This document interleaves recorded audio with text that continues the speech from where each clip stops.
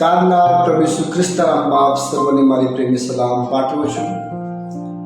મિત્રો, આજે હું એક તમને પ્રશ્ન કરવા માંગુ છું કે જો આજે ઈશ્વરના લોકો મૌન રહી જાય તો દુનિયા કોની પાસે આશા શોધશે? યોએલ પ્રવક્તાનું પુસ્તક તેમનો 2 અધ્યાય અને 17મી કલમ આપણને એ પ્રમાણે કહે છે કે યાજકો એટલે યહોવાના સેવકો પરસાળ તથા વેદીની વચ્ચે રડીને કહે, હે યહોવા, તારા લોકોને દર ગુજર કર અને વિદેશીઓ તેમના પર રાજ કરે ને તારો વારસો નિંદાપાત્ર થાય એવું થવા ન દે. લોકોમાં એવું શા માટે કહેવાય કે તેઓનો દેવ ક્યાં છે?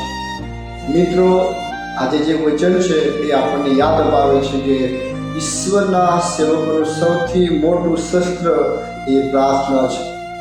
જ્યારે કોઈ મુશ્કેલીઓ આવે છે, જ્યારે કોઈ પરિવાર એ તૂટતો હોય, જ્યારે સમાજ એ પાપમાં ડૂબતો હોય, ત્યારે ઈશ્વર પોતાના લોકોને પોતાની પાસે બોલાવે છે કે દરેક લોક મારી પાસે આંસુઓ સહિત આવે, મારી પાસે પ્રાર્થના કરવા માટે ઘૂંટણે ટેકવે.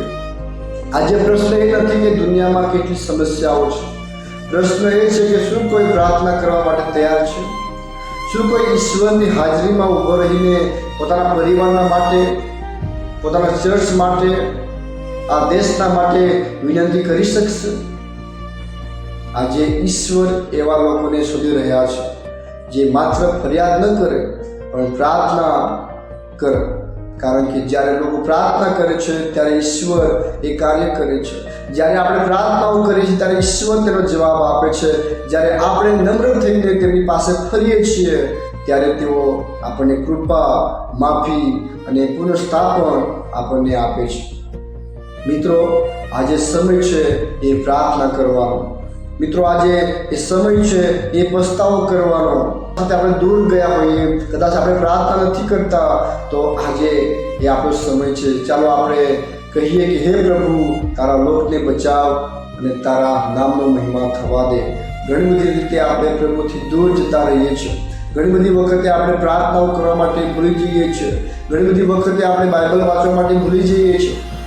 ઘણી બધી વખતે આપણે આપણા પોતાના વ્યક્તિગત જીવનના માટે પ્રાર્થના કરવા માટે આપણે ભૂલી જઈએ છીએ. પરંતુ આપણે યાદ રાખીએ કે ઈશ્વર આપણને બોલાવે છે. આપણે ભૂલી જઈએ છીએ ઈશ્વરને, પરંતુ ઈશ્વર આપણને ક્યારેય પણ ભૂલતા નથી.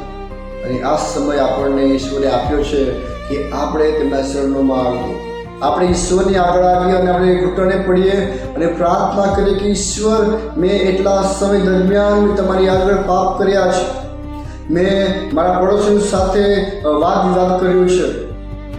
આજે તમે મને પાપોની માફી આપો. આજે આપણે પ્રાર્થના કરવાની છે આપણા એ ચર્ચના માટે, આપણા મંડળીના માટે. ઘણા બધા જુવાનો એ ગેરમાર્ગે ભટકી ગયા છે.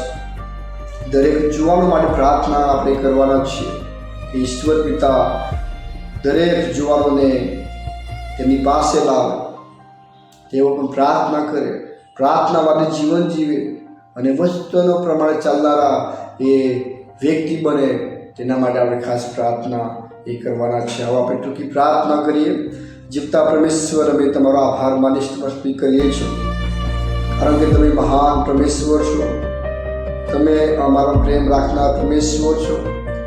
પ્રભુ, પ્રાર્થના કરીએ છીએ કે જ્યારે જ્યારે અમે તમારી આગળ અમે નમીએ છીએ, તમારી સમક્ષતામાં અમે ઘૂંટણે પડીએ છીએ, અમારા પાપી મસ્તકો તમારા આગળ નમાવીએ છીએ, ત્યારે ચોક્કસ તમે અમારા પ્રાર્થનાનો પ્રત્યુત્તર તમે આપો છો.